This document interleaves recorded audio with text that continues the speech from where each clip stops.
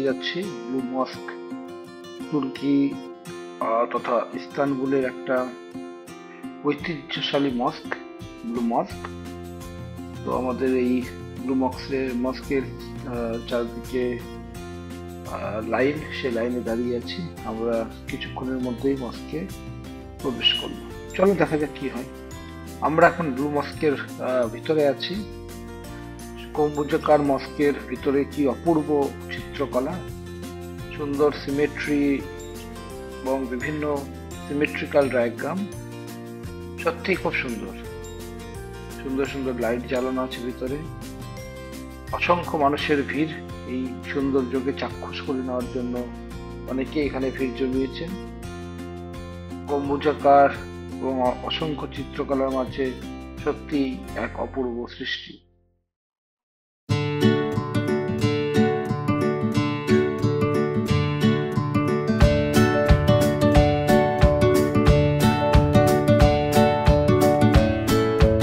বন্ধুরা, আমরা এখন দাঁড়িয়ে আছি ব্লু মস্কের বাইরের দিকে, সামনে থেকে দেখছি।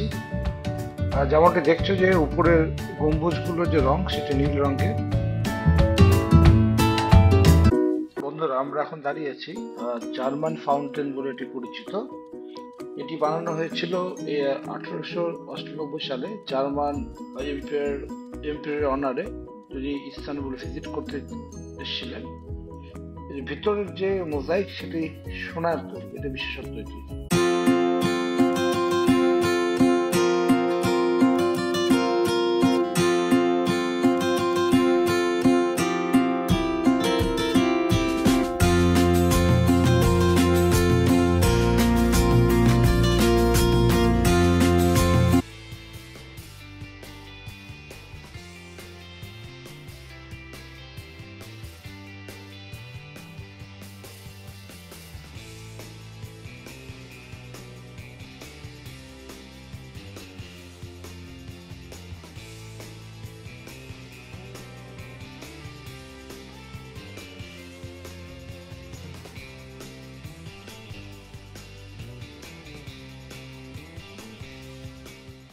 আমরা এখন যেটা সামনে দেখতে পাচ্ছি সেটি হলো বসফরাস প্রণালী বা বসফরাস স্ট্রেট, যা কালো সাগর এবং মারমারা সাগরকে সংযুক্ত করে।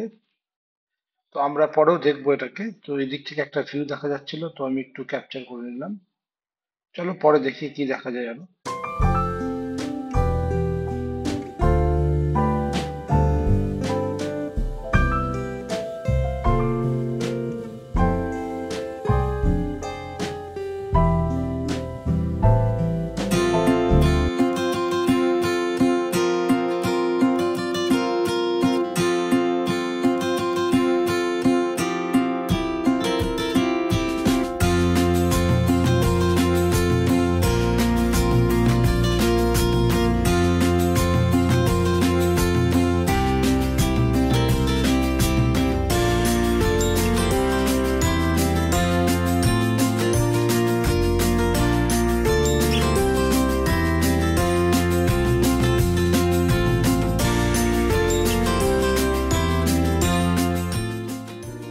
ইস্তানবুল অনেক কিছু দেখা হলো। ইস্তানবুল বিশ্বের একমাত্র এমন একটি শহর যা দুটো মহাদেশে অবস্থিত, ইউরোপ এবং এশিয়া। আমার পিছনে যেটা দেখতে পাওয়া যাচ্ছে সেটা হলো বসফরাস প্রণালী, যার একদিকে ইউরোপ এবং অন্যদিকে এশিয়া। স্বাভাবিকভাবেই এই জল প্রণালীর গুরুত্ব ভীষণ এই শহরের জন্য।